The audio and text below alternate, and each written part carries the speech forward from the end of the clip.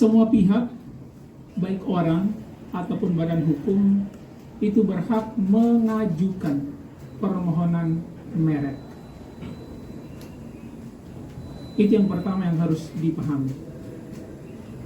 Tetapi tidak semua pihak yang mengajukan merek, permohonan merek, serta merta akan berhak mendapatkan merek atau perlindungan hukum merek. Nasib daripada sebuah permohonan merek itu pasti ada satu di antara dua. Yang pertama adalah didaftar, yang kedua ditolak. Jadi kalau dia nggak didaftar, dia pasti ditolak. Dan yang hanya memenuhi persyaratan administratif dan persyaratan substantif saja yang berhak kemudian diberikan merek atau didaftar. Dan ketika tidak memenuhi persyaratan administratif, itu dianggap ditarik kembali. Kalau tidak memenuhi nanti persyaratan substantif, dia akan dianggap ditolak. Oleh karena itu, maka publik harus tahu bahwa sebenarnya proses untuk mendapatkan merek itu memiliki tahapan. Ya, ada tahapan-tahapan. Ketika seseorang atau pihak mengajukan permohonan merek, maka akan dilakukan pemeriksaan formalitas. Ada jangka waktunya yang diatur dalam undang-undang sekian lama, 15 hari, kemudian akan dipublikasi. Dipublikasi ini selama 2 bulan untuk menerima tanggapan daripada publik. Jadi siapa saja ketika pada saat dipublikasi itu boleh mengajukan oposisi kepada kita atau semacam keberatan. Saya keberatan dengan merek ini, sebenarnya dia tidak berhak. Silakan, semua pihak boleh mengajukan keberatan dengan argumen yang jelas.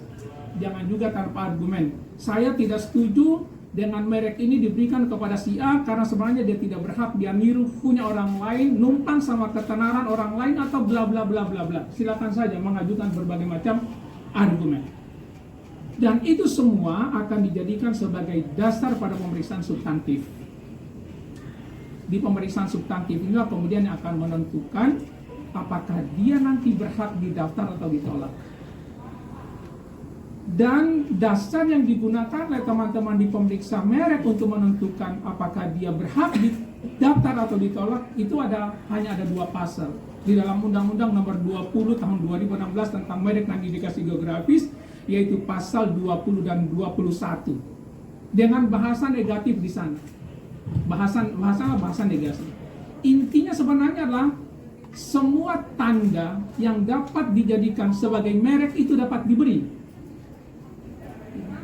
Kemudian undang-undang memberikan penegasan kecuali ditolak untuk hal-hal sebagai berikut. Jadi pasal 20 dan 21 itu adalah memberikan negasi untuk semua tanda yang dimohonkan oleh orang sebagai merek yang tidak layak untuk diberikan merek. Jadi hal yang lain yang harus diperhatikan oleh pemohon merek yang mengajukan merek adalah etiket baik. Itu menjadi penting. Karena ketika mengajukan merek dengan etiket yang tidak baik atau tidak punya integritas, saya bisa pastikan akan mengalami kelelahan. Ya, karena akan berproses cukup panjang. Dia sendiri sebenarnya akan mengeluarkan effort yang lebih besar, biaya lebih besar, karena pasti akan ada gugatan keberatan dari berbagai macam pihak. Akan menimbulkan berbagai macam hal ya pada nantinya.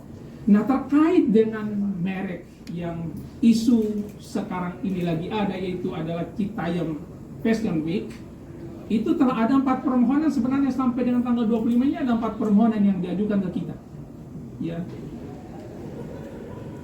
Ada di 2 jenis, di barang, di jasa ada 2 merek, dan di barang namanya ya. Di barang ada 2 juga. Jadi yang berkaitan dengan barang ada 2, dan yang berkaitan dengan jasa juga ada 2.